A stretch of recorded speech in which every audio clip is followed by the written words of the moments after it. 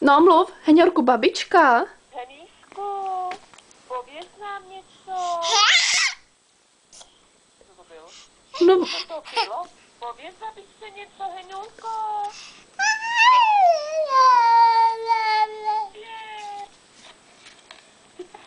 Vydáš? No, honem povídej.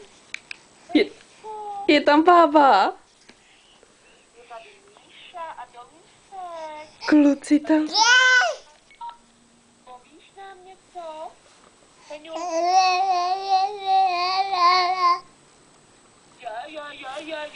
Jaj. Ještě. Nemačkej. Jaj. Povídej. No pověz něco. Honem. Aha. Kde tam je?